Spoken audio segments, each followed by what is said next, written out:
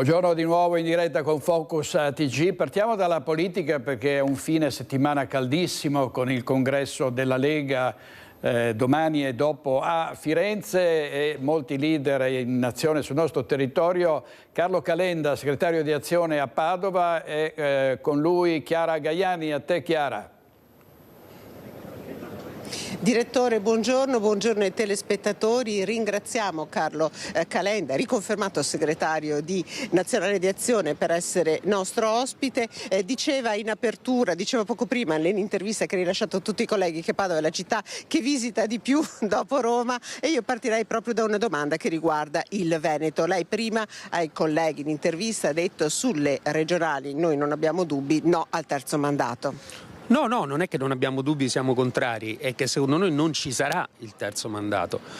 E invece io penso che Zaia e la Lega del Veneto possa giocare un ruolo fondamentale. Noi dobbiamo costruire e ricostruire un'area di centro, di ragionevolezza rispetto a quello che sta accadendo nel mondo, che deve essere fatta dai liberali, dai popolari, e insomma la Lega in Veneto è un po' la tradizione del Veneto bianco, quindi credo che tutti insieme dobbiamo cercare di fare un'operazione politica. Ecco, io auspico che Zaia faccia questo passo avanti, che non è un passo indietro, a lavorare alla costruzione di una grande operazione politica di responsabili volenterosi che affrontino quello che sta arrivando, che purtroppo è molto pesante, in modo intelligente, moderato ma intelligente. Già tra l'altro voi governate con la Lega in alcuni comuni del Veneto. Certo, ma noi abbiamo un buon rapporto anche a Treviso, dove non governiamo con il sindaco, ma con cui abbiamo un buon rapporto, una persona, ripeto, moderata, onesta. È molto diversa la Lega qui da quella di Salvini, che urla, coi treni che si fermano, dice una cosa un giorno, dice che i dazi vanno bene. Cioè sono proprio cose che secondo me, viste da fuori, sembrano incompatibili. Quindi voi avvierete quest'oggi, il congresso regionale, un dialogo con la Lega? Noi oggi facciamo una direzione nazionale in cui cerchiamo di capire qual è la sensazione del partito, perché poi io faccio decidere i partiti sui territori, non per niente, qua siamo in una regione autonomistica, quindi è giusto che decidano loro, dialogando con tutti con grande apertura sulla base di chi sembra più preparato per governare le cose che vanno fatte. Il problema dei prossimi anni è che, siccome noi avremo meno export, tutti gli investimenti, soprattutto gli investimenti pubblici, dovranno essere rapidissimi, cioè non avremo più tempo di aspettare, e quindi dovranno essere fatti tutti con procedure straordinarie. Bisogna smetterla di dare retta ai comitati del no, cioè sarà un lavoro molto importante anche per le regioni.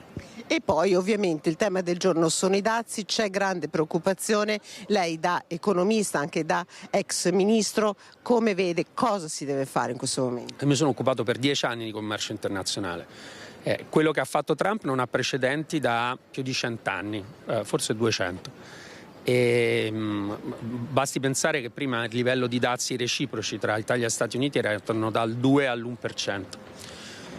È chiaro che se Trump mantiene questo approccio creerà una gigantesca recessione internazionale, distruggendo le filiere del valore, distruggendo molte aziende che esportano negli Stati Uniti, ma non solo, perché la Cina esporterà più verso di noi perché non riesce a esportare negli Stati Uniti. I mercati si chiuderanno e l'economia andrà in recessione. Noi prima di tutto dobbiamo evitare che questo accada.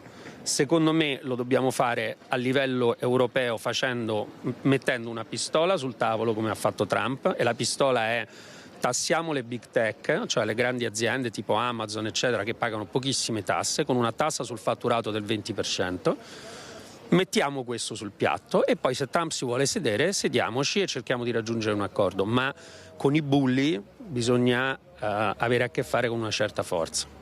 Ecco direttore, non so se hai altre domande da studio. Ecco, Chiara, è molto, diciamo, una svolta importante per il Veneto, perché se ho capito bene alle prossime regionali Azione sarà insieme alla Lega, è così? Allora, il direttore mi dice è una svolta per il Veneto, voi di fatto state offrendo tutti i vostri voti alla Lega per poter andare con la Lega. No, io nel Veneto non abbiamo deciso nulla e dobbiamo discuterne oggi nel direttivo. Quello che stiamo dicendo è una cosa diversa. Io sto dicendo, e lo dico da tempo, a Zaia, alla Lega del Veneto, ai bravi amministratori della Lombardia che hanno cultura di governo, che con Salvini non c'entrano niente: aiutateci a costruire un'area di centro pragmatica che in questo Paese finalmente faccia accadere le cose a livello nazionale. perché se non succede questo noi possiamo avere ottimi amministratori nel Veneto, ottimi amministratori da un'altra parte, ma quello che affronteremo nei prossimi anni sarà talmente terrificante che non lo possiamo fare con la destra e la sinistra che si urlano addosso tutti i giorni. Ecco questo. Direttore? Bene, grazie Chiara, grazie molte, grazie Carlo Calenda, grazie. Ringraziamo allora Carlo Calenda, la linea allo studio. Grazie, a presto, arrivederci. Calenda, avete visto, ha chiarito, non ha detto alle prossime regionali con la Lega, ha detto stiamo lavorando perché ci sia una sinergia con la Lega, aveva già fatto riferimento altre volte alla Lega di Luca Zaia. Allora andiamo avanti ancora con la politica perché ieri è successo di tutto a Cafarsetti in Consiglio Comunale a Venezia tra maggioranza e opposizione, soprattutto tra Luigi Brugnaro e i suoi avversari. C'è stato uno scambio pesante di insulti e di improperi. Vediamo cos'era successo.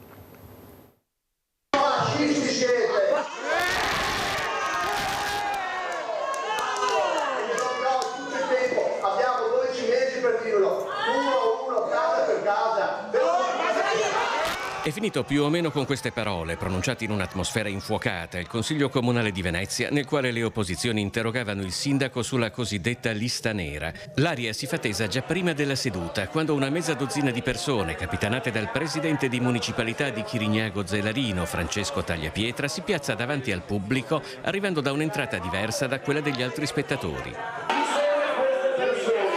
Ai cartelli "Mettimi nella lista" e "Trump in Saor", con l'arrivo dei sostenitori del sindaco, si sono uniti i cartelli "Siamo tutti con te Luigi" e "Duri i banchi".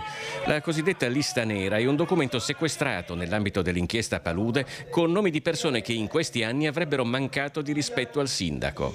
Era contenuta in un formato cartaceo in una cartellina all'interno di un armadio nell'ufficio a me assegnato presso il polo tecnico della Carbonifera. Era presente una tabella con le seguenti voci di colonna: cognome e nome, contenuto dell'offesa in sintesi. Al termine dell'intervento di Brugnaro, la giunta e la quindicina di consiglieri di maggioranza presenti di persona si alzano in piedi ad applaudire in una standing ovation di qualche minuto, separati da una ventina di metri dalla folla dei contestatori che ha accolto le parole del sindaco con tutt'altro spirito. Spero che gli elettori se ne ricordino l'anno prossimo quando andremo a votare, visto che in presenza di scandali ripetuti come le spese elettorali, come l'inchiesta Palude, vedremo cosa porterà, e anche questa schedatura di massa che in nessun'altra città italiana e nessun paese democratico si è mai vista. La risposta del sindaco è giudicata insufficiente dalle opposizioni. Nell'interrogazione si chiedeva tra l'altro se la giunta comunale abbia deliberato in merito a tale procedura, quali risorse pubbliche siano state impiegate per la raccolta di tali informazioni, se corrisponda al vero che siano stati monitorati anche dipendenti comunali. Il sindaco ha continuato con il suo stile di violenza verbale e di protervia, sostanzialmente ancora continuando a minacciare cause civili a destra e manca con l'evidente intento intimidatorio. Credo che si sia stato fatto tanto rumore per nulla, nel senso che questa famosa lista nera io personalmente non l'ho mai vista, è oggetto di sequestro della Guardia di Finanza, rientra tra una serie di atti di cui mi pare la Cassazione abbia addirittura disposto la distruzione. E questo è quanto è accaduto a Venezia. Poi ci collegheremo con Ilaria Marchiori per avere altre reazioni. Adesso però andiamo da Daniele Garbin a Vicenza perché c'è stato un fatto gravissimo, un bambino di 9 anni che si è punto con una siringa che è stata usata a San Lorenzo. A te Daniele. Sì, buongiorno direttore, buongiorno a te e ai telespettatori. Confermo, ci troviamo in piazza San Lorenzo, proprio il luogo dove è successo questo episodio gravissimo, proprio in quell'angolo dietro le mie spalle. Potete vedere i genitori in questo momento, la signora Patrizia. Sì, buongiorno. E il signor Stefano, buongiorno. I genitori proprio del bambino che è stato purtroppo protagonista involontario di quello che è successo proprio ieri. Alle nostre spalle anche alcuni dei genitori che erano presenti, proprio che hanno voluto portare anche un segno, una testimonianza. Era un bambino banalissimo pomeriggio dove i bambini giocavano ed è stato ritrovato da uno di questi, col figlio, un involucro con una siringa. Non se ne è reso conto, ci descrive? No, non se ne è reso conto, i bambini stavano giocando tranquillamente come hanno sempre giocato in questi anni. A un certo punto Cesare raccoglie questa spilletta e contemporaneamente un altro gruppo di bambini prende un laccio e ci accorgiamo che è un laccio emostatico, ci accorgiamo della situazione, interveniamo, ma a quel punto mio figlio si era già boccato la mano. E la polizia municipale è subito intervenuta e siamo subito corsi al pronto soccorso con tutti e 3 bambini per accertamenti. Ecco, è stato, immagino, la paura, sì, l'angoscia. È stato un momento di angoscia, ancora tuttora lo è, perché ancora non ho i risultati dall'ospedale, non so, sicuramente andrà tutto bene, lo spero, però questa situazione non doveva accadere. Noi oggi stiamo qui e ci stiamo muovendo con anche tutte le altre scuole per raccogliere le firme e per protestare per questa situazione. Ecco, anche lei dopo una saputa la notizia si è recato in ospedale e... Poi sono tornato qui con l'AIM, abbiamo ricercato l'ago e il laccio emostatico ma non siamo riusciti a trovarli. Ringrazio sia la polizia locale che l'AIM e l'ospedale per l'intervento.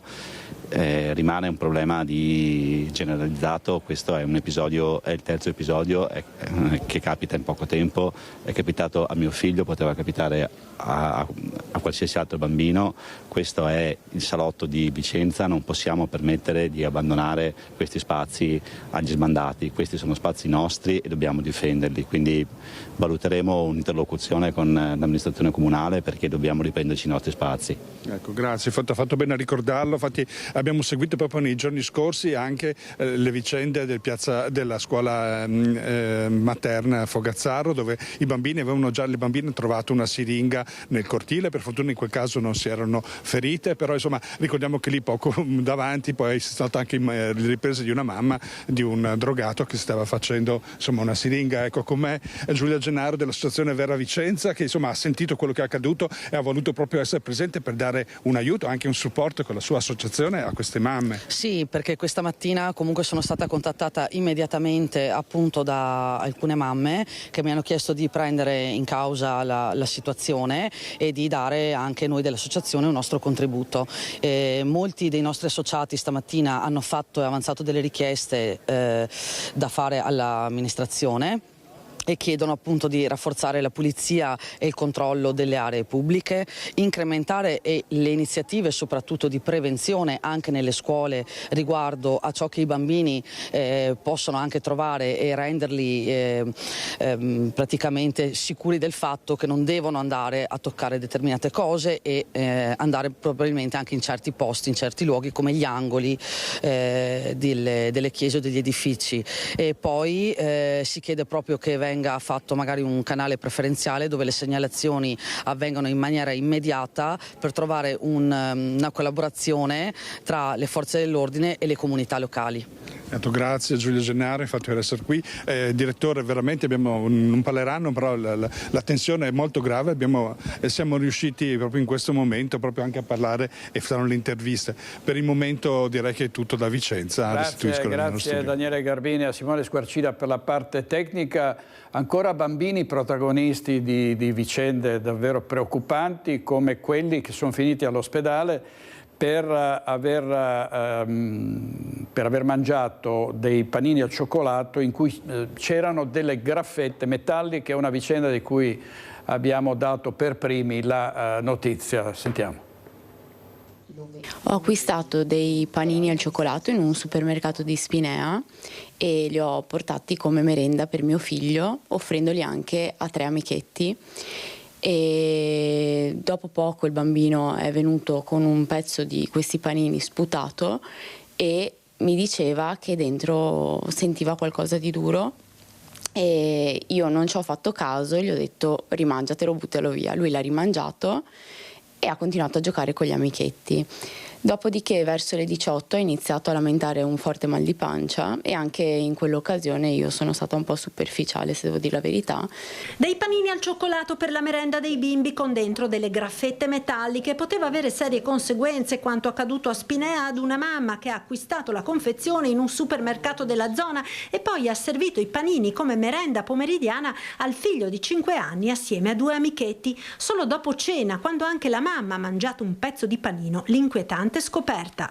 Ho trovato dentro all'impasto tre graffette di ferro aperte. Subito sono state avvisate le famiglie degli altri 2 bimbi e dopo ore di angoscia la decisione di andare al pronto soccorso. Questa mattina però eravamo prese al panico e siamo andate all'ospedale di Mestre all'Angelo, dove prontamente hanno visitato i bambini e mio figlio aveva nelle feci una di queste graffette e hanno fatto degli RX. Nel frattempo la mamma ha avvisato dell'accaduto il supermercato. Al supermercato il direttore mi ha risposto che finché non avesse avuto delle direttive dall'alto non avrebbe ritirato dalla vendita il prodotto. Di qui la segnalazione ai carabinieri del NAS. Io stamattina ho chiamato immediatamente i NAS di Treviso che mi hanno spiegato come muovermi, ho fatto un esposto e hanno iniziato appunto a muoversi. Anche loro mi hanno detto che il direttore del supermercato non si è comportato in modo adeguato. Servizio di Marta Marangon, poi va detto che il supermercato in serata ieri ha fatto sapere di aver avviato le verifiche del caso e di aver precauzionalmente tolto dal mercato il lotto di panini al cioccolato in tutti i punti vendita della sua catena. Adesso andiamo da Christian Arboit, andiamo a Conegliano perché c'è stata un'altra operazione antidroga, questa volta in un centro scommesse che era diventato un po' un bazar della droga.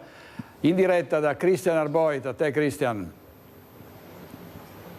Sì, buongiorno direttore, buongiorno a te telespettatori di Rete Veneta, anche da parte di Simone Merlo che sta curando la parte tecnica e che ti inquadra il cartello della questura di Treviso che ha sospeso la licenza per una settimana a questa sala scommesse che era stata trasformata in un vero e proprio bazar della droga da parte di 2 cittadini stranieri di 32 e 37 anni. Le indagini andavano avanti da un bel po', i 2 smerciavano polvere bianca, eroina, cocaina alla meglio gioventù della coneglianese, ma non solo. Un andiriveni che non era passato inosservato. Qui con me c'è il signor Massimo, è un residente qui della zona e lei mi ha appena detto che insomma si vedevano movimenti molto strani, ambigui. Certo, molto strani, molto ambigui, anche credo che più di una volta siano arrivate le forze dell'ordine per dare un'occhiata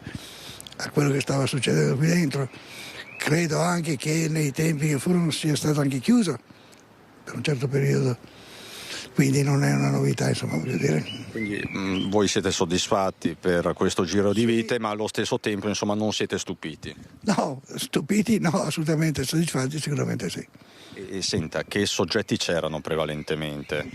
Sicuramente molti extracomunitari, di tutti i tipi, di tutte le sorte, anche qualche italiano ovviamente. E quindi c'era il sospetto che ci fosse un giro poco chiaro, sì. Un giro di droga, insomma, lo avevate un po' capito? Beh, sul fatto della droga, questo non possiamo proprio giurarci sopra, però non sarebbe difficile immaginarlo. C'era un sospetto? Sì, sicuramente sì. Quindi bene questo provvedimento.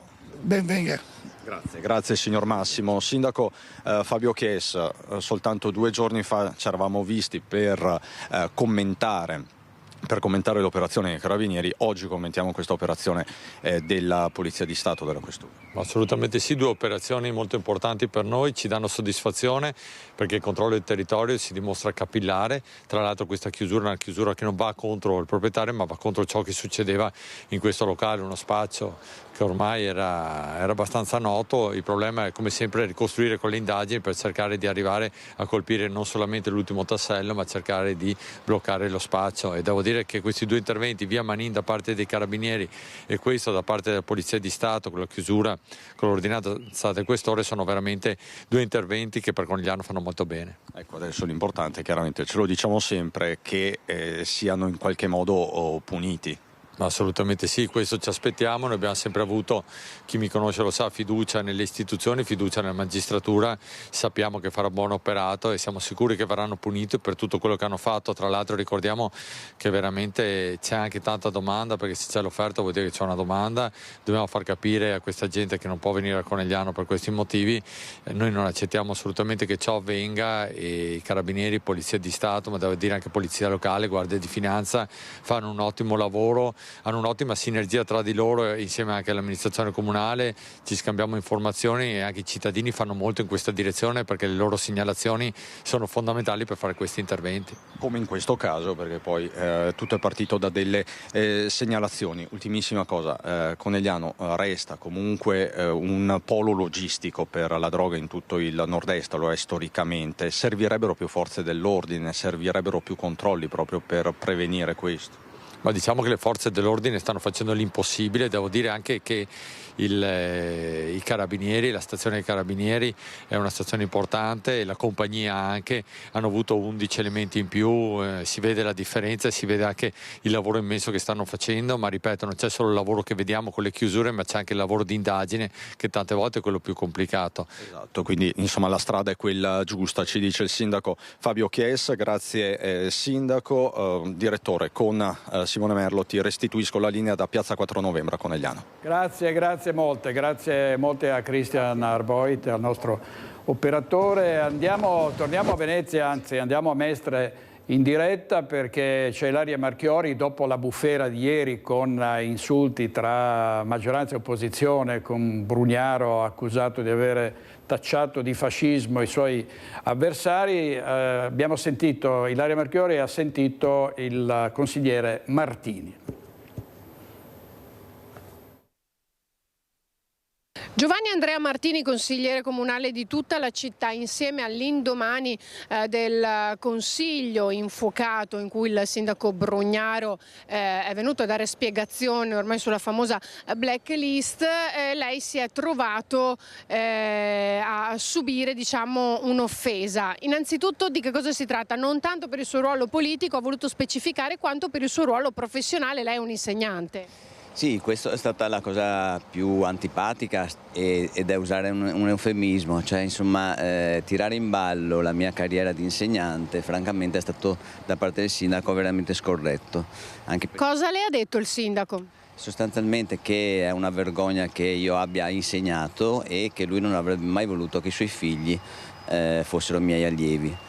Io devo dire che dai miei allievi ho avuto, dopo queste offese, una risposta enorme di grande solidarietà, di grande affetto da parte dei genitori, insomma da parte di tanta gente, quindi insomma io credo che si rivolti contro il sindaco anche questo atteggiamento così arrogante, sprezzante e devo dire poco corretto.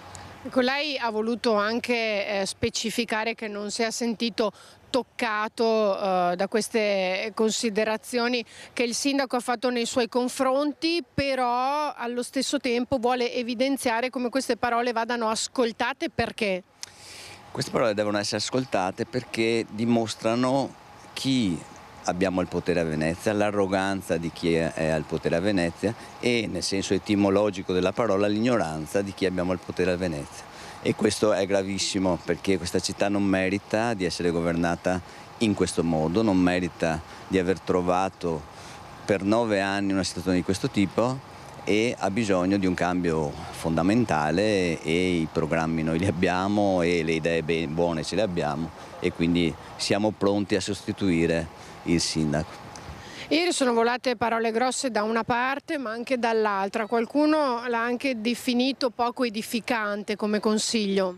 Assolutamente, è stato un consiglio antipatico, è stato un consiglio che non dovrebbe trovare posto in un'aula istituzionale, non si arriva a provocare, non si arriva a non portare risposte, visto che l'interrogazione che avevamo proposto era un'interrogazione precisa su una blacklist, tra l'altro appunto su cui appunto mi trovavo all'interno io che non ho mai offeso, mai utilizzato una brutta parola come si suol dire, nei confronti del sindaco, quindi insomma doveva dare delle risposte, non le ha date, ha distribuito offese, ha dato dei fascisti ai cittadini, altra cosa cioè, non si può neanche commentare, insomma ecco, creare una bagarre semplicemente perché purtroppo non ha risposte da dare, questo è in fondo la cosa. Grazie a Giovanni Andrea Martini, consigliere comunale di Tutta la città insieme. E Ilaria Marchiori ha tra i suoi tanti pregi anche il dono dell'ubiquità e così da Piazzale Roma a Venezia è in questo momento in Piazza Ferretto a Mestre. A te Ilaria, a te. Eccoci qui direttore, ben ritrovati. Adesso siamo invece insieme al vice sindaco Andrea Tomaello che insieme a noi appunto ha appena sentito e commenta quanto dichiarato dal consigliere Martini. Ci ricolleghiamo proprio alle ultime affermazioni perché ha detto creare una bagarre solo per non dare risposte non è concepibile. Lei come commenta? Mi sembra, buongiorno a tutti intanto, mi sembra che a bagarci sia stata un po' da tutte le parti. Lo spettacolo che ha dato in scena ieri non è stato sicuramente bello e non è stato degno forse della politica veneziana, perché avere una cinquantina di persone urlanti ogni 2x3 tra il pubblico e toni alzati un po' da tutte le parti, devo dire che non è stato un bello spettacolo. Risposte da dare mi sembra che il sindaco ne abbia date, anche se in verità grandi risposte non c'erano, perché questa fantomatica lista nessuno sembra averla vista, se non probabilmente i giudici che stanno indagando. Quindi si parlava un po' del nulla, si parlava di qualcosa che c'è o probabilmente non c'è, non si sa cosa ci sia scritto, e quindi sono state 3 ore, un po' di, secondo me, tempo, insomma, non dico perso perché alla fine il confronto va sempre bene, però 3 ore che si potevano spendere sicuramente in miglior modo. Ecco, in queste 3 ore il sindaco ha un po' perso le staffe poi rispetto ai tempi iniziali in cui invece erano partiti con toni differenti. Ma il sindaco il primo intervento l'ha fatto in maniera molto chiara, anche perché ha letto un testo, ha letto tutti i passaggi che ci sono stati e quindi insomma non c'è stato niente da dire. Certo, poi nella risposta lui sappiamo che ha un carattere molto acceso, diciamo, e quindi però insomma non mi sembra che sia stato lui l'unico ad avere acceso i toni, visto che c'erano 50 persone tra centri sociali e varie persone che hanno continuato dall'inizio alla fine a urlare, consiglieri che sono andati giù anche con toni molto pesanti, quindi ripeto è stato uno spettacolo secondo me non bellissimo, 3 ore che si potevano occupare a fare d'altro, ecco. Tomaello, tra l'altro le opposizioni continuano a chiedere le dimissioni mentre la maggioranza continua a dimostrarsi unita, come ha fatto proprio dal giorno, diciamo, in cui è scoppiato il caos dell'inchiesta Palude. Assolutamente sì, lo riconfermiamo, abbiamo ancora un anno davanti di lavoro, ci sono tante cose da terminare, tante cose ancora da fare, quindi non c'è nessun motivo per il momento di andare al voto, o anzi peggio ancora come vorrebbe la sinistra, che chiede di non bloccare il comune, però allo stesso tempo chiede che venga messo un commissario, che sappiamo benissimo mettere un commissario vuol dire bloccare l'attività amministrativa, quindi non fare più nessuna attività. Quindi noi abbiamo voglia di continuare a lavorare, abbiamo ancora un anno davanti e penso che sia giusto che andiamo avanti. Non c'è nessuna sentenza già stabilita, c'è solo un'indagine in corso e penso che la voglia di lavorare e anche l'azione amministrativa che stiamo facendo in comune per c'è attività tutti i giorni vada avanti e deve proseguire ancora fino a fine mandato. Ringrazio il vice sindaco Tomaello, lo libero perché anche lui appunto deve correre a lavorare. Qui da Mestre è tutto, restituisco la linea allo studio. Un'ultima cosa, oggi i giornali parlavano delle dimissioni di un finto sindaco, ti risulta? Cioè ieri c'era anche un finto sindaco che ha inscenato una dimissione. C'era un finto sindaco che ha inscenato una dimissione, lei come commenta? No, c'è solo un sindaco che è quello che ieri ha parlato, altri non ne conosco. Bene, ecco, tra l'altro non è la prima volta perché ricordiamo che anche qualche giorno fa c'era stata sempre più o meno la stessa cosa di un finto sindaco che annunciava appunto le dimissioni e invece poi era semplicemente con una maschera, ecco. Capito, quindi lasciamo volentieri alle opposizioni tutti i sindaci, dai, se si divertono così va bene per noi. Grazie molte a Vice Sindaco Tomaello, Ilaria Marchiori, a Sandro Ponchio per la parte tecnica. Vediamo altre reazioni. Tra il pubblico c'era addirittura chi è comparso nella cosiddetta blacklist, la lista nera di coloro che hanno mosso delle critiche al primo cittadino. Sono nella lista nera del sindaco per il sultanato del Brugnei, che è una satira. Ad assistere al dibattito sulla cosiddetta lista nera del sindaco in Consiglio Comunale a Venezia c'è anche chi nella cosiddetta lista nera c'è davvero, come per quanto pubblicato su Facebook il content creator per siti web e campagne di comunicazione Giovanni Veronese. Il sultanato del Brugnei è il piccolo regno del famoso sultano Garebano II. Garebano II è un sultano autocratico che decide tutto da solo e questo corrisponde molto a Venezia. È offensivo o no, secondo? Ma assolutamente, la satira è stata sdoganata da sentenze della Cassazione, è satira. Poco distante conosciamo GP Cremonini, musicista e ristoratore di alto livello. È tornato a Venezia dopo un lungo periodo a Parigi, trovando, ci dice, una città completamente cambiata. Ero molto incuriosito da sta faccenda di sta lista che mi ha impressionato e ero incuriosito di sapere anche cosa voleva dire il sindaco, cioè, ci possono essere delle ottime ragioni, però l'unica buona ragione che mi ha tirato fuori è stato che il problema di quella lista è che è stata scoperta, non che esistesse. Il presidente della municipalità di Chirignago e Zelarino, Francesco Tagliapietra, invece tra il pubblico per sostenere il sindaco. Io non entro nel merito delle interrogazioni, non entro nel merito, io sono qui in qualità di rappresentante della municipalità e rappresentante di ciò che la cittadinanza ci è vicina. Quella di Tagliapietra per una posizione minoritaria rispetto a chi oggi è arrivato a Cafarsetti. Non è normale che una giunta, che un sindaco abbia delle liste di proscrizioni e che all'interno di queste liste di proscrizione ci siano associazioni, cittadini che contrastano democraticamente quello che non è stato fatto. Si guardi le strade in terraferma, a parte qualche lavoro che è stato fatto, sì, ma a Ciderbonina non si cammina, i marciapiedi e qualcuno ha pensato di investire su altre cose che non sono le priorità ai cittadini.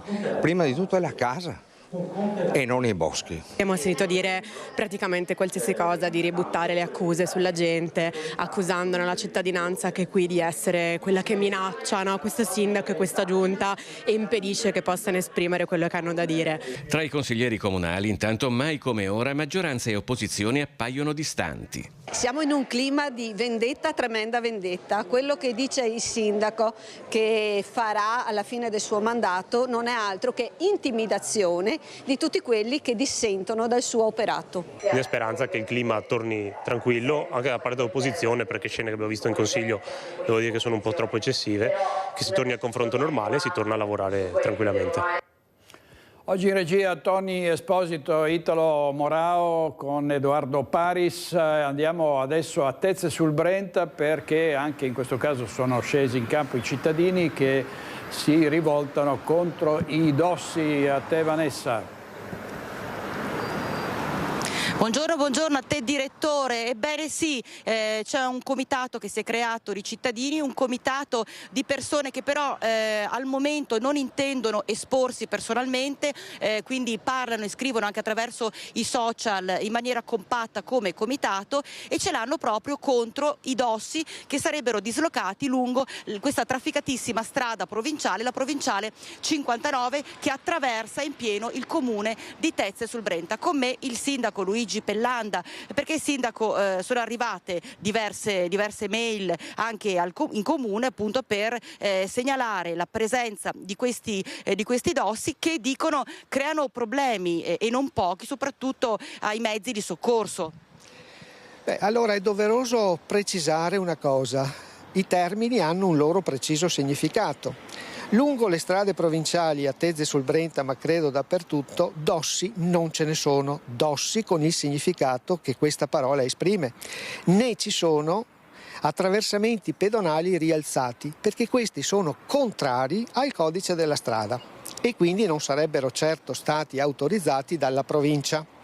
Quelli che sono state realizzati sono delle piattaforme rialzate. che sono state debitamente autorizzate dalla società Viabilità che gestisce le strade per conto della provincia, e devo anche precisare che questi interventi che abbiamo fatto lungo le strade provinciali sono state anche compartecipate dal punto di vista economico dalla provincia, quindi il 50% del costo ce l'abbiamo messo noi, 50% del costo ce l'ha messo la provincia. Ma c'è una cosa in più che io andrei a precisare, Sindaco, perché questi dossi sono stati, o queste piattaforme rialzate, sono state richieste dagli stessi cittadini che oggi si oppongono alle stesse. Certo, allora arrivo proprio a questo. Ci dicono ci sono strade sicure e strade non sicure. Io credo che non ci siano strade sicure o non sicure. Ci sono le strade dove gli utenti rispettano le norme, il codice della strada, e sono sicure. Le strade dove non li rispettano, e quindi queste strade non sono certo sicure. Perché noi li abbiamo fatti e abbiamo trovato questa soluzione? Perché tantissime, ma tantissime sono state le richieste da parte dei cittadini al fine di trovare delle soluzioni per limitare la velocità lungo queste arterie, e questa è stata una delle soluzioni che abbiamo trovato, e da parecchio tempo, perché l'autorizzazione della provincia è ancora del 2022, quindi sono già passati diversi anni, poi il progetto e la realizzazione ha comportato insomma dei tempi un po' più lunghi, quindi sono state fatte perché richieste da parte dei cittadini per limitare il traffico, e non possiamo parlare né di dossi né di attraversamenti pedonali rialzati, ma di piattaforme rialzate, che è una cosa ben diversa e che è conforme al codice della strada. Loro adesso chiedono due cose che vengano, anzi una cosa in particolare chiedono che vengano rimossi, ma poi anche c'è il fatto che hanno richiesto dei rilievi all'ARPAV. Sì, beh certo, i rilievi sono stati richiesti da loro e richiesti attraverso di noi all'ARPAV, la comunicazione ARPAV me l'ha già mandata, e conclude dicendo che è rispettato sia il limite del periodo notturno sia il limite del periodo diurno. Poi fa anche una precisazione, una considerazione, e dice che sono stati rilevati dei picchi diurni e notturni che possono creare disturbo. Questa è una considerazione alla quale l'amministrazione dovrà tenere conto, quindi siccome noi abbiamo tutta l'intenzione di andare incontro ai nostri cittadini, vedremo quali sono le soluzioni per eliminare anche questo, questa situazione che può dar fastidio, capisco che può dar fastidio. Quindi il Comune è pronto a venire incontro ai cittadini nel momento in cui loro verranno proprio a richiedervi questa cosa. Beh, ma non c'è bisogno che ce la vengano a richiedere, perché queste attività di mitigazione noi le dobbiamo fare perché siamo nel dovere di farlo. Certo, bene. Insomma, speriamo davvero che questa situazione vada a risolversi, e una cosa su tutte deve essere garantita: la sicurezza sulla strada, che come diceva anche il Sindaco non dipende tanto dalla striscia d'asfalto, ma dipende da chi sta al volante di un mezzo che percorre questa striscia d'asfalto. Da Tezze sul Brenta è tutto, direttore, ti ricevo la linea. Grazie Vanessa Banzatto e Alessandro Costacurta per la parte tecnica. Adesso andiamo all'assalto, un vero e proprio assalto all'azienda Orafa di Roberto Zancan, che 10 anni fa aveva già subito una sanguinosa rapina perché, ricordate, Graziano Stacchio, un benzinaio che tentò di difendere, riuscì a difendere una commessa all'interno dell'oreficeria di Zancan, esplose un colpo e morì un bandito. E di nuovo assaltata questa volta l'azienda Orafa. Zancan coraggiosamente ha affrontato un comando di 10 persone sparando in aria, e i banditi sono stati messi in fuga. Vediamo. Ha messo in fuga i banditi sparando in aria per intimidirli. Roberto Zancan, provato dopo l'incursione di una banda, una decina di malviventi. Una volta scattato l'allarme in piena notte, in una manciata di secondi è arrivato nella sua azienda Orafa a Nanto. È l'unica cosa che ho potuto fare, perché erano 7 individui che ero riuscito a vedere. Non 1, 7, non so se erano 6, se erano 7. Dopo abbiamo visto che erano 10, addirittura era un comando paramilitare, da come si muovevano. Una banda che, secondo i primi accertamenti, dalla pista ciclabile che fiancheggia l'azienda è riuscita ad entrare tagliando le inferriate con la fiamma ossidrica e ha usato l'auto dell'azienda come ariete per sfondare la porta del garage. Poi ha tentato di sfondare la porta blindata interna. E hanno fatto un disastro, mi hanno fatto un disastro. Quando sono arrivato io sentivo dei colpi enormi, però la macchina era dentro il garage che abbiamo, il basculante era sfondato, non riuscivo solo a intravedere. Immaginavo cosa stessero facendo, però non potevo saperlo per certo e dovevo capire se entrare o da fuori contrastarli. Ho pensato di contrastarli da fuori. Sono scappati senza portare via nulla, ma i danni, secondo una prima stima, ammontano a migliaia di euro. I malviventi, spaventati dai colpi di pistola esplosi da Zancan, avrebbero lasciato sul posto tutta l'attrezzatura necessaria per accedere alla ditta e far saltare il cavò per poi darsi alla fuga. Sul fatto indagano i carabinieri. Zancan, a distanza di 10 anni dalla tentata rapina alla sua oreficeria poco distante da qui, dove intervenne il benzinaio Stacchio che ingaggiò una tragica sparatoria con i banditi, usa parole di rabbia, stanchezza ed esasperazione. Questo è istinto, ma l'istinto l'hanno gli animali, non le persone. Noi ragioniamo in un'altra maniera, però io ho istinto, paura dopo l'ho avuta, dopo che mi sono reso conto. Insomma, Roberto Zancan ancora segnato da questa vicenda. Luisa Bertini ha firmato il servizio. Tra l'altro oggi Zancan ha detto che non avendo più armi a disposizione, perché in queste circostanze le armi vengono confiscate, teme le vendette di questa banda che sta comunque circolando liberamente. E vediamo cosa ha detto ieri Graziano Stacchio, che 10 anni fa proprio fu un protagonista di quella rapina. E a me è come un tonfo al cuore. Io lo capisco, sto male per lui. La solidarietà di Graziano Stacchio all'imprenditore Zancan, vicenda che riporta la memoria indietro di 10 anni, quando una tentata rapina ai danni dello store Zancan, poco distante dall'azienda presa di mira ora, costò la vita ad uno dei banditi.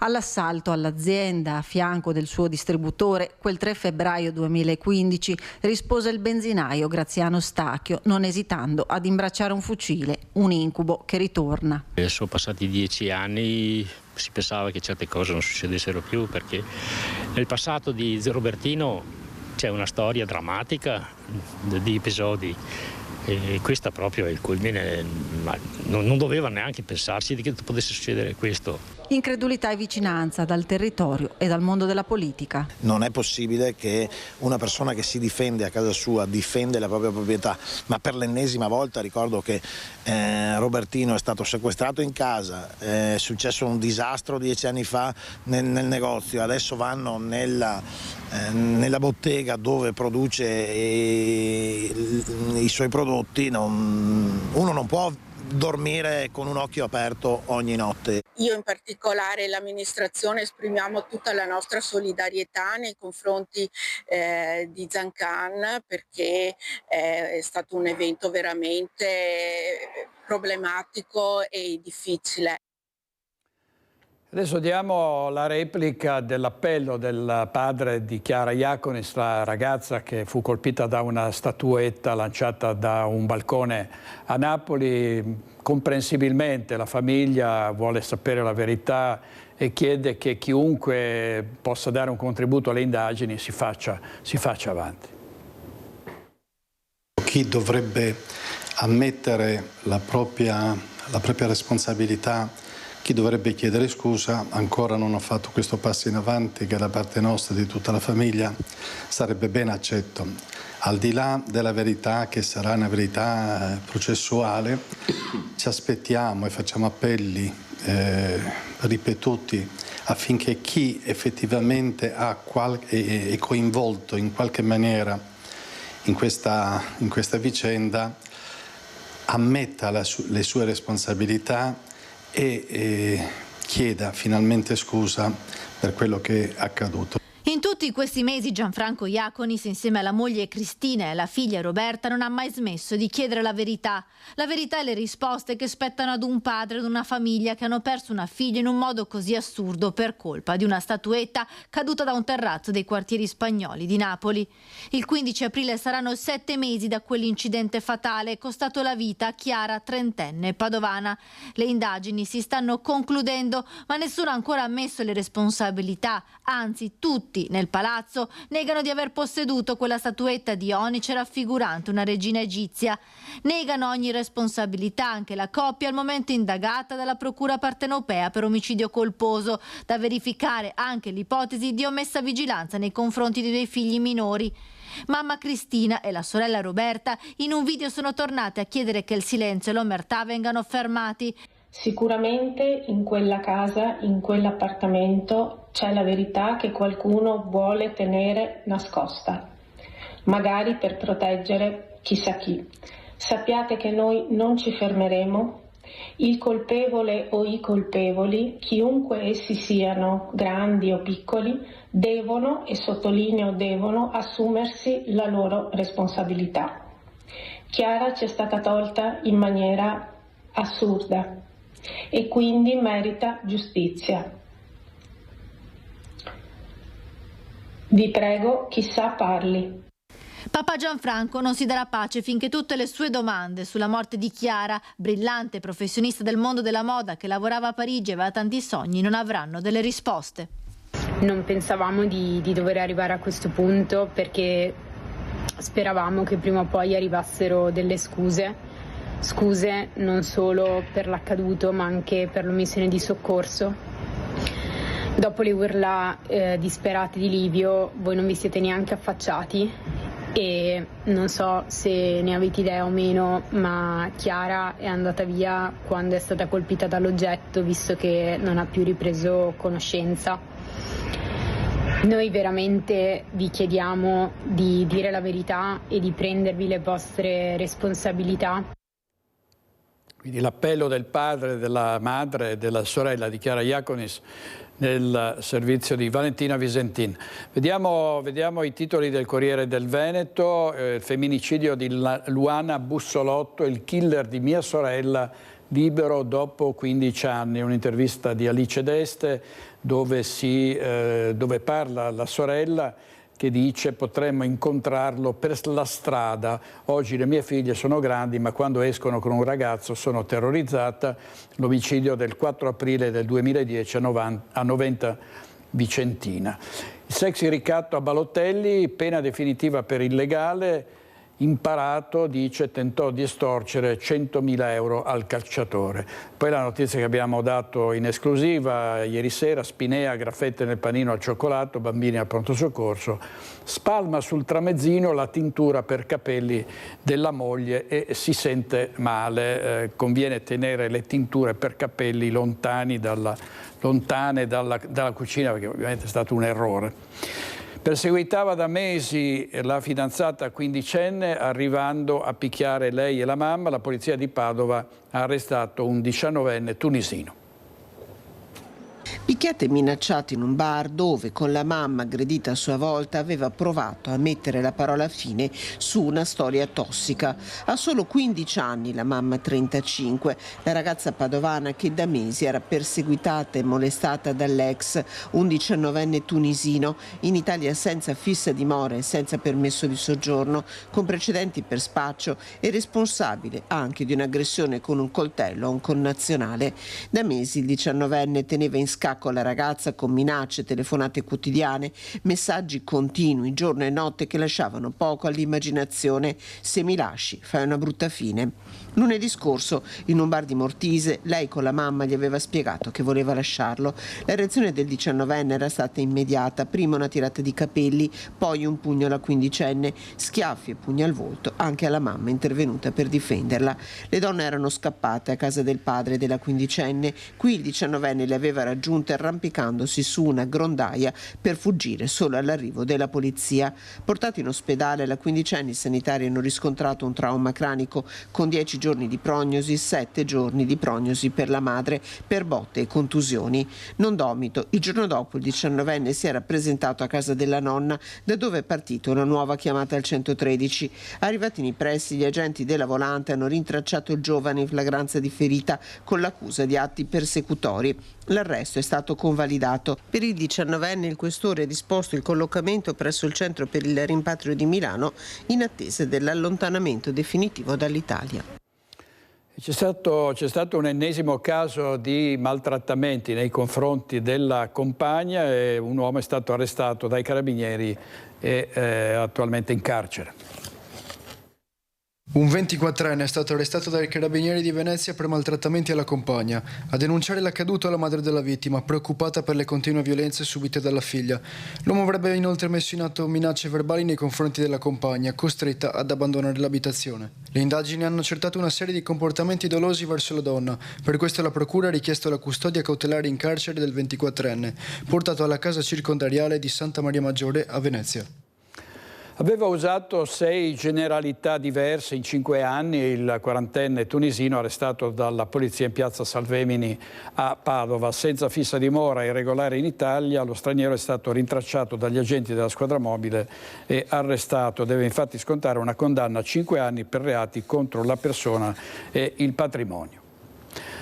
Ammanco nelle casse della Federazione dei Medici, il sindacato dei medici di medicina generale, e sono state quindi perquisite la sede e la casa dell'ex segretario padovano Domenico Crisarà, sequestrati beni di abbigliamento e cosmesi. L'accusa di aver utilizzato il denaro della FIMG, la Federazione Italiana dei Medici di Medicina Generale, per acquisti personali. La finanza ha bussato alle porte di casa del dottor Domenico Crisarà, ex segretario, iscritto sul registro degli indagati per un presunto ammanco nelle casse della FIMG di circa 150.000 euro. I finanzieri hanno sequestrato camicie, cravatte e profumi dopo le perquisizioni in casa del medico e nella sede del sindacato. Beni di abbigliamento e cosmesi che, secondo l'accusa, Crisarà avrebbe acquistato utilizzando i soldi della FIMG con le carte di credito o versandoli sul suo conto corrente. L'ammanco di denaro nella contabilità del sindacato risalirebbe al 2022, come rilevato dall'indagine. La legale che difende il dottor Crisarà ha presentato ricorso al Tribunale del riesame per la restituzione della merce sequestrata. Il medico non era presente in casa al momento della perquisizione della Guardia di Finanza, ma si è detto pronto a chiarire la sua estraneità ai fatti. Sempre a Padova, domenica scade il provvedimento di istituzione di zona rossa davanti alla stazione. Per lunedì è prevista in prefettura la riunione del Comitato per l'Ordine Pubblico e la Sicurezza, in cui si deciderà se prorogarla ed eventualmente estenderla. Dopo 2 mesi di sperimentazione, la zona rossa potrebbe essere estesa anche al periodo pasquale. Il provvedimento, tuttavia, aveva diviso l'opinione pubblica della città, non solo la politica. Comitati di residenti si erano detti favorevoli, associazioni di terzo settore e volontariato più scettici. La decisione finale spetta al prefetto dopo aver valutato i risultati dei controlli che verranno portati dai vertici delle forze dell'ordine. Vediamo adesso uno dei tanti titoli che sono usciti su questa inquietante vicenda, almeno inquietante secondo alcuni, e cioè la lezione shock con foto di cadaveri mostrate agli studenti. Così li ha uccisi la droga, ecco cosa vi fa. Sono interventi così, shock si usa dire, no? Proprio perché impressionano i ragazzi, si usa la stessa tecnica per gli incidenti stradali. Se l'esposizione di un cadavere può portare, diciamo, a temere gli stupefacenti, io personalmente dico ben vengano queste ed altre iniziative simili. Vediamo la paura la scorsa notte in un appartamento di Piove di Sacco. Non so se abbiamo le immagini, erano le 2 quando sono divampate le fiamme. È stato immediato l'allarme dei vigili del fuoco che sono intervenuti spegnendo l'incendio che sarebbe partito sarebbe partito da un caminetto ma senza gravi conseguenze. Scuola Marconi vandalizzata, andiamo avanti con la cronaca, un vertice in prefettura con le forze dell'ordine e il sindaco di Altavilla Vicentina, un fatto che non resterà impunito, dicono le istituzioni.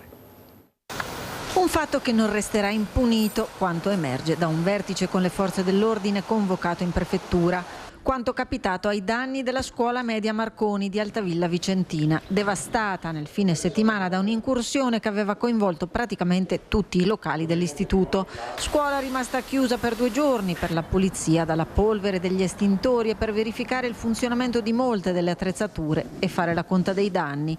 Episodio di vandalismo su cui indagano i carabinieri sulle tracce dei presunti responsabili. Si tratterebbe di un gruppo di una decina di minori. L'autorità giudiziaria sta procedendo ed è giusto così, perché questi comportamenti vanno assolutamente puniti, la legge è legge e va rispettata. In più, oltre a questo, c'è un quantum di odiosità, direi, in questo tipo di comportamenti. Rovinare una scuola che da un lato è il presidio per l'educazione giovanile, il presidio di cultura sul territorio. All'episodio in sé si affianca un tema più generale, quello del disagio giovanile, laddove dal vertice emerge la necessità di azioni preventive su più fronti, che passano dall'implementazione della vigilanza passiva all'offerta di modelli culturali da proporre ai giovani. Programmare un'attenta azione di prevenzione, ripeto, nei limiti in cui ciò sia possibile, incoraggiare le amministrazioni, e lo stiamo facendo con forti finanziamenti, a dotarsi di sistemi di videosorveglianza, perché la videosorveglianza ovviamente consente di individuare i colpevoli di questi comportamenti e inoltre ha un effetto calmante, per così dire, perché si sa che c'è e certe cose si evitano. E poi naturalmente coordinare l'attività molto importante dei primi cittadini, dei sindaci, in chiave anche di informazione della popolazione. Non voglio dire di educazione perché sembra un po' esagerato, però sì, ci sta anche un po' quella. Qui ad Altavilla ci stiamo muovendo in tanti ambiti, anche con la parrocchia, anche con dei progetti, dei programmi che prevedono anche un supporto psicologico, un aiuto anche alle famiglie. Quindi vogliamo continuare su questa strada, a maggior ragione visto quello che è successo. C'è stata un'udienza ad alta tensione ieri al Tribunale di Treviso con un grande accusatore che per il delitto di Margherita Ceschina ha inchiodato praticamente i suoi complici. Vediamo. Udienza ad alta tensione per l'omicidio di Margherita Ceschina, la 72enne uccisa nella sua abitazione a Conegliano, aula blindata da agenti di polizia penitenziaria e carabinieri. A parlare Joel Lorenzo, il grande accusatore che ha ribadito dopo i 2 interrogatori la sua verità. Dietro ad un paravento per motivi di sicurezza ha spiegato per filo e per segno il piano del delitto, ruoli degli imputati, orari e sopralluoghi. Joel ha subito chiarito di non aver mai saputo perché Matteo Garcia, accusato di essere l'esecutore materiale del delitto, dovesse entrare nella casa dell'anziana e dice di aver avuto solo l'incarico di portare lì Garcia e controllare che nessuno si avvicinasse alla casa. A Conegliano, a bordo di un furgone guidato dal fratello di Joel, Sergio Lorenzo, sono arrivati tutti e 3. Sergio sarebbe rimasto dentro il veicolo pur essendo l'organizzatore dell'intero piano. Durante la testimonianza proprio il fratello Sergio si è alzato rivolgendosi a Joel e urlando: "Chi ti ha detto queste cose?". Il clima in aula si è acceso tanto da costringere il giudice a far immediatamente allontanare l'imputato dall'aula. I complici sono rimasti in udienza, non potendo però vedere il volto di Joel. Quest'ultimo avrebbe inoltre scagionato la ex fidanzata Candy Rodriguez Maria, relegandola ad un ruolo marginale, avendo la donna inviato alcuni bonifici in Spagna successivi al delitto, ignorando la motivazione dei pagamenti. Ribadito il mandante del delitto, Enzo Lorenzone, ex marito della vittima, che aveva promesso una cifra cospicua ed un'abitazione a 2 piani a Sergio Lorenzo, soldi che non sono mai arrivati, tanto che Matteo Garcia, tornato in Spagna insieme a Joel, faceva pressioni ripetute per ricevere il compenso. A non parlare è il detenuto che, anziché a Lorenzon, ha passato il bigliettino alla polizia penitenziaria del carcere di Treviso. Lui, trasferito al carcere di Padova, oggi in condizioni più restrittive rispetto a prima, ha scelto di non volersi nemmeno identificare, ma le sue dichiarazioni rilasciate registrate i giorni successivi al fatto sono state acquisite, dunque valide nel processo. Al banco dei testimoni anche la donna residente a San Biagio di Callalta, che per un periodo ha avuto rapporti con Enzo Lorenzon. A lei quest'ultimo avrebbe promesso dei soldi per trovare qualcuno che potesse uccidere o mandare in sedia a rotelle o spaventare Margherita Ceschin. Un'udienza a Fiume che ha visto anche la deposizione di un carabiniere del nucleo investigativo che ha illustrato tutti gli elementi, dai video ai tabulati telefonici che collocano i tre nei pressi della casa della pensionata nel giorno del delitto ed in quelli precedenti. Gli avvocati della difesa degli imputati Fabio Crea e Mauro Serpico hanno intenzione di far parlare Matteo Garcia e Sergio Lorenzo per raccontare la loro versione a fronte di una testimonianza che di fatto li inchioda e conferma l'accusa di omicidio volontario aggravato e premeditato, reato che prevede l'ergastolo. Servizio di Marta Marangone e Daniela Sizzia, e sentiamo adesso altre voci in vista della prossima udienza del 10 aprile.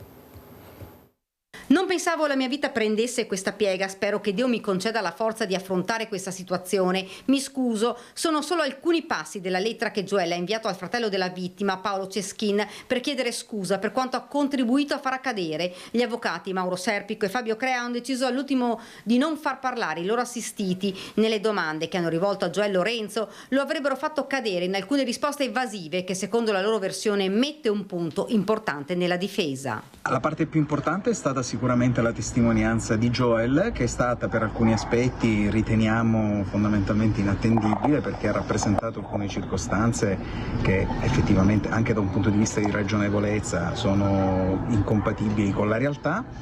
Dall'altra ha rappresentato delle circostanze invece importanti per l'esclusione di alcuni degli imputati di questo processo, segnatamente la signora Kendi e Beltre Guzman. Ritengo sia emerso senza tema di smentita che la mia assistita non ha partecipato in alcun modo all'uccisione della signora Tiziana Ceschin. Ma soprattutto che non sapesse? L'unica sua responsabilità, se così vogliamo chiamarla, è stata quella di, diciamo così, aiutare il padre del figlio che portava in grembo in quel periodo a fuggire da una situazione di pericolo. Lo sfogo di Sergio è avvenuto nel momento in cui il fratello Joel è andato a parlare della presunta confessione che gli avrebbe fatto Sergio in ordine al fatto di aver ricevuto il mandato omicidiario da parte di Lorenzon. È questo che ha fatto scattare l'ira di Sergio, perché è una circostanza che il mio cliente ha sempre categoricamente negato. Nella testimonianza ribadita in aula da Joel aggrava la posizione del fratello Sergio quale organizzatore dell'intero piano omicidiario, del mandante Enzo Lorenzon, ex marito di Margherita Ceschin, e dell'esecutore materiale del delitto Matteo Garcia. Prossima udienza fissata per il 10 aprile. Servizio della nostra cronista giudiziaria Daniela Sizzia. Chiudiamo questa prima parte, prima della pubblicità, con una notizia che riguarda il campione di nuoto veneto Manuel Bortuzzo, condannata per stalking la sua ex Lucrezia Selassier, che aveva conosciuto al Grande Fratello. Così lei lo aveva costretto a cambiare vita. Manuel Bortuzzo, ricorderete, venne colpito per uno scambio di persona da un proiettile che lo ha purtroppo costretto su una sedia a rotelle. Andiamo in pubblicità e torniamo subito, state con noi.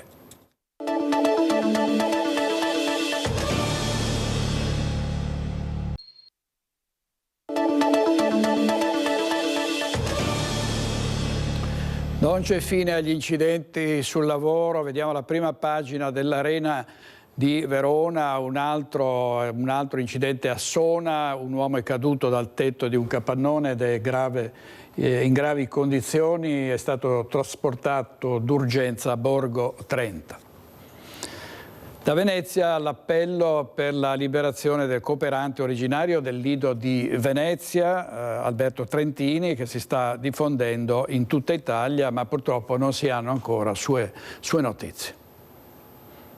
Si crea un ponte di solidarietà e amicizia dall'isola d'Elba che arriva fino a Venezia per chiedere la liberazione di Alberto Trentini, il cooperante 45enne italiano originario dell'isola di Venezia, che si trova ancora in arresto a Caracas in Venezuela dal 15 novembre scorso, dove era arrivato per portare solidarietà e aiuti alle persone disabili con una organizzazione non governativa. Di lui da quel giorno, il 15 novembre 2024, non si hanno più notizie, almeno direttamente dalla sua voce, da quel giorno, più di 4 mesi fa, e la mobilitazione per chiedere la sua scarcerazione si sta diffondendo in tutta Italia in modo trasversale e molto partecipato. In vari comuni italiani compare in ogni dove lo striscione Alberto Libero e all'Erba si è creato anche un piccolo spontaneo comitato che si è messo a disposizione anche con un numero telefonico per aiutare chiunque avesse difficoltà all'accesso informatico a partecipare alle varie attività online, dalla raccolta di firme, che ha superato le 90.000 iscrizioni, fino al digiuno a staffetta. Intanto a Venezia il Comitato delle Amiche e degli Amici di Alberto, insieme all'Associazione Articolo 21 e alle Lemiere Veneziani, con il supporto del Comune, sta procedendo all'organizzazione del corteo acqueo di domenica 13 aprile al mattino, che si concluderà con alzaremi davanti alla Salute per chiedere la scarcerazione immediata di Trentini.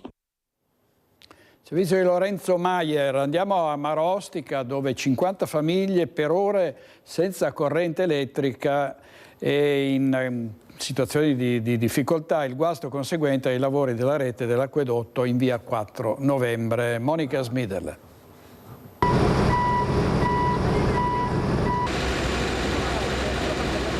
Ieri pomeriggio intorno alle 5 sono arrivate più segnalazioni di mancanza di corrente agli appartamenti privati e alle attività commerciali e anche alla sede di Promarostica. Con quell'avviso poi abbiamo fatto le verifiche in cantiere e ci ha chiamato anche E-Distribuzione dicendo che mancava la linea. Siamo a Marostica in via 4 novembre, 4 ore senza corrente elettrica per 50 famiglie che vivono in questa zona e che da ieri sera ricevono elettricità grazie a questo gruppo elettrogeno fatto arrivare per tamponare l'emergenza.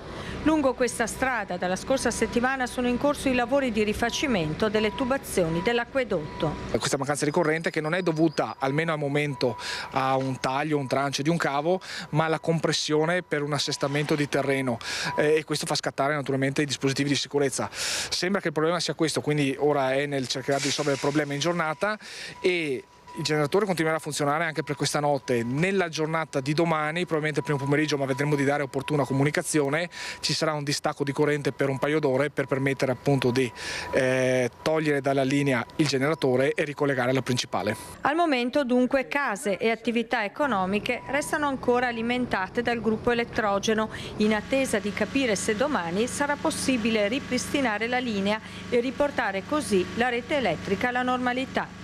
Un imprevisto tecnico che non ha rallentato i lavori lungo la strada. Il lavoro è complicato, ma stiamo lavorando bene e se il tempo ci aiuta speriamo di completare anche prima del tempo per dare sbocco anche alle attività commerciali. Sul fronte della viabilità e delle deviazioni del traffico imposte dal cantiere, il Comune sta lavorando ad un miglioramento con alcune novità che arriveranno nei prossimi giorni.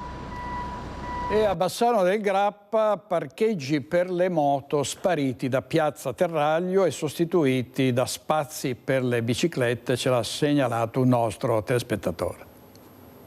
Da meno di una settimana c'è una novità nella viabilità del centro storico di Bassano del Grappa. In piazzale Terraglio, infatti, sono spariti i posti riservati al parcheggio delle moto, sostituiti da stalli per le biciclette.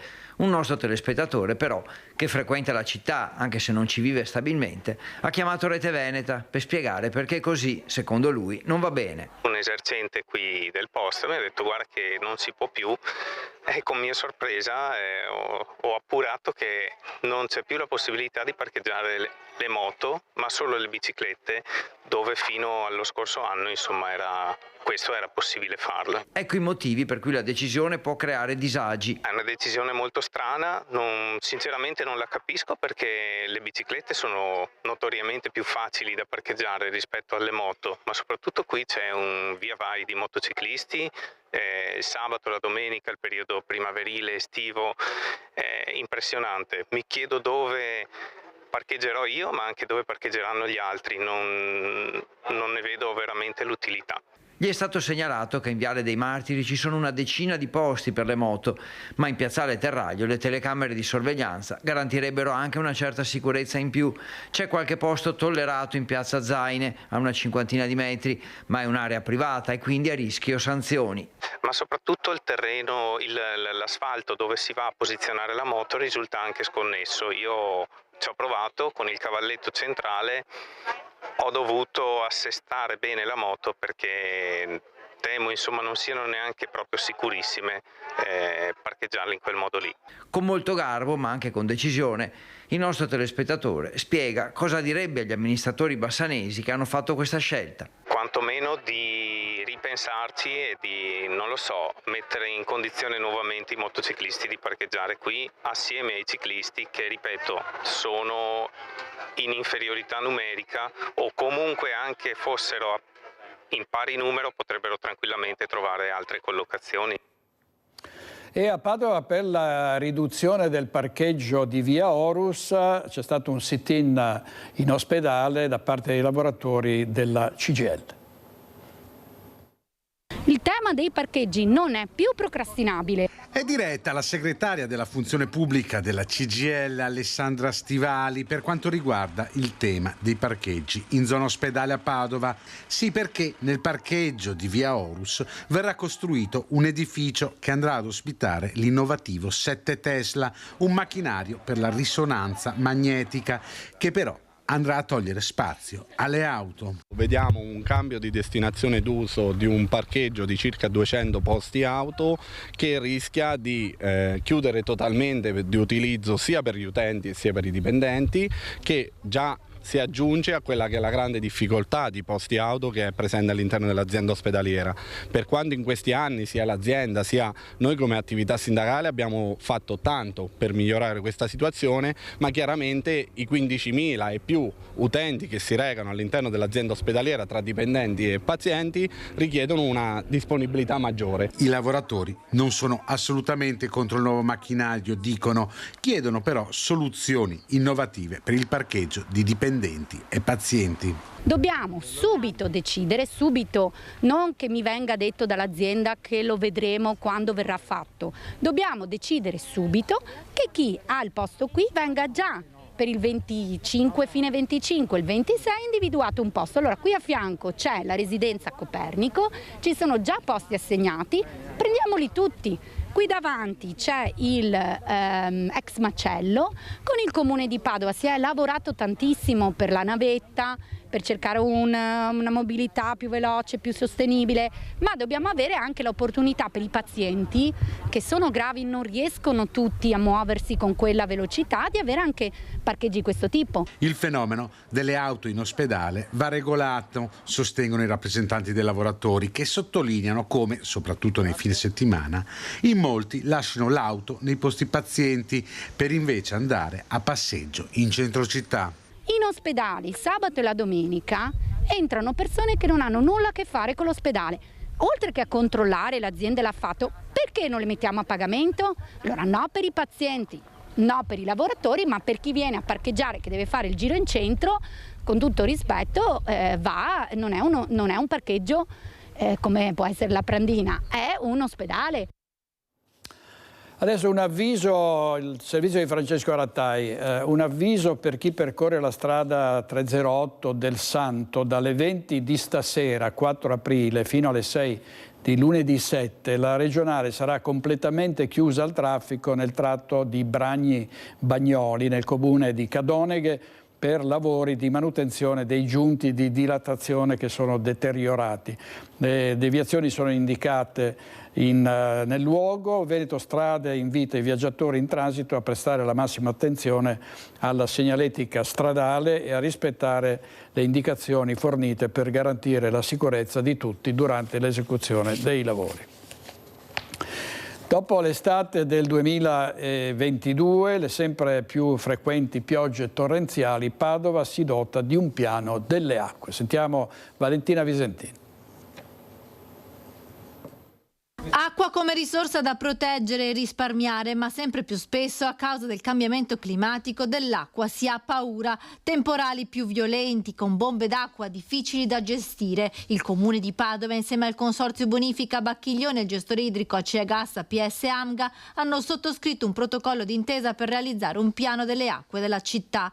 Non si può immaginare la città del futuro senza tener conto del rapporto che ha la città con le sue acque, da un punto di vista variegato, quindi sia l'acqua piovana, ma anche l'acqua che arriva nelle nostre case, l'acqua di depurazione, l'acqua delle fognature, l'acqua che potrebbe esserci ad arrivare improvvisamente dalle piene. Questo strumento quindi mette insieme tutti gli aspetti dell'acqua e viene fatto insieme a tutti i gestori dei diversi servizi, proprio per avere un documento unico che ci possa permettere di ragionare e di lavorare tenendo conto di questo elemento che è vitale per ogni città, ma che può essere anche, come abbiamo visto a causa dei cambiamenti climatici, anche pericoloso per le città. Si tratta di uno strumento che deve individuare le criticità idrauliche e indirizzare lo sviluppo urbanistico in modo appropriato. Il Consiglio di Bacino Bacchiglione ha investito 1.700.000 euro per preparare i 134 comuni dell'ente.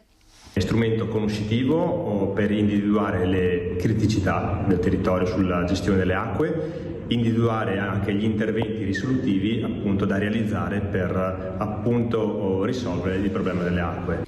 Un percorso già avviato e che coinvolge anche Acea Gas APS AMGA. Questo piano sarà un piano integrato, quindi è la prima volta in cui viene fatta una pianificazione, prima una mappatura di tutta la parte idraulica del Comune di Padova, parte idraulica che oggi è di responsabilità di diversi enti, che quindi sono intorno a questo tavolo avendo firmato questo protocollo d'intesa. Tra questi ci saremo anche noi Acea Gas APS AMGA che gestiamo il ciclo idrico integrato, quindi la parte di fognature e depurazione nella città di Padova, per arrivare a una foto della situazione attuale, una pianificazione integrata per rendere la città pronta agli eventi che potrebbero anche esserci nei prossimi anni, vedi tutte le tematiche relative al cambiamento climatico.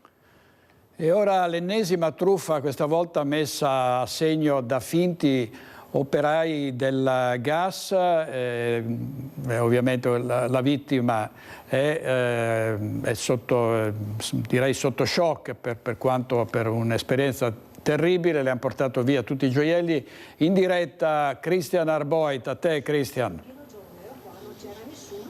Sì, direttore, buongiorno. Siamo qui con la signora Maria Rosaria Santoro, che è ancora scossa per quanto avvenuto 2 giorni fa, esattamente a quest'ora, alle 13:20. Parliamo di una truffa, finti operai del gas, ma sarà lei stessa a raccontarci quello che ha vissuto, anche per lanciare un monito a chi ci sta guardando, perché sono truffe sempre molto odiose e insidiose. Allora, signora Maria Rosaria, abbassiamo la telecamera, ancora comprensibilmente scossa. Cos'è successo quindi 2 giorni? Niente, appunto, che sono entrati prima uno dopo l'altro e dopo, prima gentilissimi, mi hanno fatto credere, dopo hanno cominciato a fare delle cose strane come se scoppiasse qualcosa, e a un certo punto uno voleva vedere i metalli vicino ai muri da togliere, cercava la cassaforte e poi ha detto deve togliere tutti i metalli che ha addosso, se no fa con il laser, che ne so. Io stupidamente li ho tolti, ma lui mi ha strappato di mano la bustina. Siccome c'era tanta roba avrà pensato mi porto via questi e basta. Ecco, lei ha intercettato questi 2 uomini che erano vestiti da... Ecco. Anche una scritta qua, quindi normalmente, per carità, potevo anche non farli salire, ma mi ha proprio seguita perché ha detto mancava solo lei, abbiamo chiamato tutti. Perché lei li ha incontrati qui sul pianerotto? Sì, io stavo aprendo, uno me lo sono trovata alle spalle, l'altro è arrivato in un secondo tempo, il complice. E che cosa le hanno detto? Niente, che doveva controllare anche lui i termosifoni. Che c'era una perdita. Che c'era una perdita sotto e che se no saltava tutto. Difatti quando ho visto l'acqua per terra, un termosifone, ho detto ma cosa succede? E dice ha visto che è scoppiato uno. Quindi poi alla fine lei ha capito che avevano inscenato anche questa perdita. Certo, ma la polizia mi ha detto hanno aperto la rotellina, perché io non avevo capito che avevano aperto loro, no? Ho detto ma perché perde acqua improvvisamente? Cioè io queste cose non le posso sapere. Quindi lei li ha accolti in casa, ha detto venite su per fare questo controllo, sì. E lì le hanno chiesto di mettere in una busta tutti. Certo, sì. Alla fine però, perché prima me l'hanno fatto credere, andavano in giro a controllare, aprire il rubinetto, l'acqua calda, l'acqua fredda, sì. Non è che all'inizio mi hanno detto metta la roba in busta. E quando è che gliel'hanno detto? Alla fine, dopo 15-20 minuti. Con quale motivazione? Niente, che se no con il laser faceva, come si può dire, bisognava togliere i metalli, ecco, tutto qua. Quindi lei in questa busta che cosa ha messo? Ho messo diversa roba, quello che ho scritto là. C'erano bracciali, anelli, orologio d'oro, collana, orecchini. Cioè, loro hanno visto il malloppo e hanno detto, beh, possiamo andare via. I ricordi di una vita. Purtroppo, ma anche una spesa, oltretutto. Di quanto parliamo? Di tanto. Comprarli nuovi sicuramente 20.000 euro, sicuramente. All'usato gli daranno 10-12, non lo so. Un danno molto grave. Molto grave, sì, molto. Morale ed economico. Certo. E poi cosa ha fatto? Questi signori hanno preso la busta, gliel'hanno strappata di mano? Spariti, dileguati. Lei li ha rincorsi? Li ho rincorsi, non si sa neanche da che parte siano scappati. Quindi lei li ha rincorsi giù per le scale? Sì, spariti, tutti e due. Spariti. Quando ho capito di essere stata truffata, qual è stato il momento? Quando è scappato col sacchetto, è chiaro che ho capito subito. Dopo, purtroppo. E lei cosa ha fatto in quel momento? E niente, ho chiamato la polizia. Sono arrivati subito, ma trovarli non è facile. Anche perché, non so, ma forse avevano la macchina dall'altra parte, che ne so. Cioè... Ecco, lei signora, tra l'altro prima ha fatto un riferimento, mi diceva io sono molto accorta, solitamente... Sì, molto accorta. Non apro neanche se vedo la polizia che mi mostra il tesserino, pensi un po'. Quindi mi hanno abbindolata bene, io non apro, sono attentissima, guardi, ma molto attenta. Non mi fido di nessuno, neanche quasi di me stessa. Per cui vuol dire che proprio, non lo so, dico la verità, mi è sembrata proprio una cosa... vabbè, il cappello si sente di lanciare. Che purtroppo, nonostante la gente sta attenta, magari hanno un altro sistema la prossima volta. Perché poi cambiano anche strategia, no? Purtroppo. Questo se le inventano tutte. Se le inventano tutte. Quindi magari adesso così per un po' e dopo cambieranno, si inventeranno qualcos'altro. Magari diranno c'è una perdita di gas e la gente si spaventa, perché poi è un attimo, no? Perché poi sono molto incalzanti, insistenti, non ti danno neanche il tempo di rendertene conto, no? Sono preparatissimi per quello. Lei adesso come sta, signora? È riuscita a dormire qualcosa? Come devo stare? Devo rassegnarmi perché sennò non voglio neanche pensarci, purtroppo. Allora, signora Maria Rosaria, grazie infinite, rialziamo la telecamera. Ci mancherebbe assolutamente. Allora, direttore, questa è la testimonianza della signora Maria Rosaria che ringraziamo ancora. A te la linea con Simone Merlo. Grazie, una nostra esclusiva di Christian Arboit con il nostro operatore Simone Merlo. Bisogna fare attenzione perché sono dei professionisti di altissimo livello, vedete anche persone che sono attente, che sono prudenti, ci cascano facilmente perché si inventano la fuga di gas, attenzione, sono incalzanti, alla fine apri la porta e poi ne subisci le conseguenze. Allora andiamo in pubblicità con i nostri registi, torniamo tra pochissimo.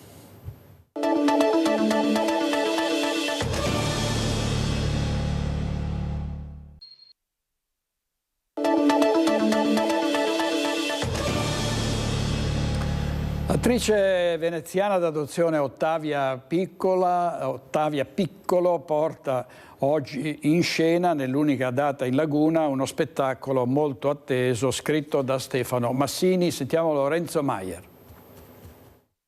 Matteotti, Anatomia di un fascismo è lo spettacolo che l'attrice di cinema e teatro Ottavia Piccolo Palma d'Oro al Festival del Cinema di Cannes nel 1970, porta in scena a teatro il 4 aprile alle ore 19 al Teatro Goldoni di Venezia, scritto da Stefano Massini con regia di un'altra ridense, Sandra Mangini, nell'unica tappa veneziana del tour. Un testo che parla di Matteotti, ovviamente, siccome Stefano Massini l'aveva scritto già 1 anno e mezzo fa, prima ancora che il centenario di Matteotti facesse così tornare diciamo nelle orecchie di tutti noi la storia di questo deputato socialista che è stato ucciso e che è diventato un po' un simbolo, un eroe. Una riflessione di Ottavio Pico, accompagnata in scena da 6 musicisti, profonda sul personaggio e sull'uomo di Matteotti, compresi i suoi affetti e la famiglia. Lui era nato in Polesine e l'amore per la sua gente l'aveva spinto a occuparsi di loro e essere votato e diventare deputato onorevole al Parlamento. In scena ci sono io che naturalmente racconto sia Matteotti sia sua moglie Velia Titta e poi 6 musicisti. Ottavio Piccolo al microfono di Lorenzo Maier. Vediamo adesso la corsa a sostegno della ricerca dei tumori infantili, tappa Bassano del Grappa, domenica 6 aprile per la Run for Hope, manifestazione che fino al 13 aprile coinvolgerà tutte le regioni italiane. Sentiamo Chiara Gaiani.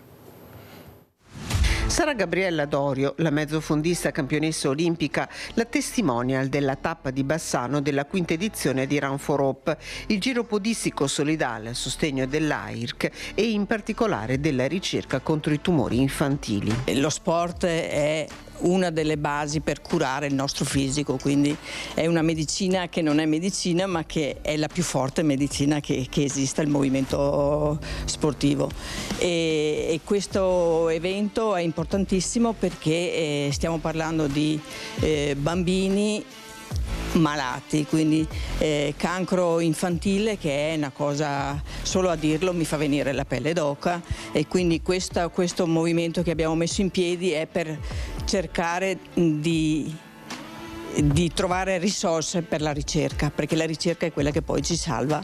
La campionessa olimpica percorrerà con il testimone in mano l'ultima tappa della seconda giornata domenica 6 aprile, partendo alle 17:15 dalla zona antistante Palazzo Bonaguro per poi attraversare il Ponte Vecchio e correre il giro d'onore in Piazza della Libertà. Una staffetta che coinvolgerà tutta Italia dal 5 al 13 aprile. Sono 20 staffette che vengono corse contemporaneamente nelle 20 regioni italiane, quindi è un evento che unisce il nord e il sud. Sono tantissimi i corridori, sono migliaia le persone che partecipano a questo evento. In Piazza della Libertà domenica 6 aprile dalle 10 sarà operativo uno screening gratuito a bordo del camper dei Lions che sostengono la staffetta con la cuginata Famiglie Bassanesi and Friends. Faremo screening quindi della glicemia e faremo screening per l'ambliopia dei bambini. Questo è libero e gratuito e aperto a tutti quanti vorranno partecipare allo screening. Ieri sera grandi ascolti nella puntata di Focus dedicata ai dazi dagli Stati Uniti, annunciati dal Presidente Trump, ne parleremo anche stasera. Gli ospiti di questa puntata di stasera dalle 21:15, Grazia Zolin, Claudio Borgia, Marco Brigo, Laura Cestari, Alberto De Franceschi, Alberto Irone, Antonio Pappalardo e Paolo Pizzolato. È tutto per oggi, grazie molte ai nostri registi Tony Esposito, Italo Morao, Edoardo Paris, e ci vediamo stasera a Focus. Buona giornata.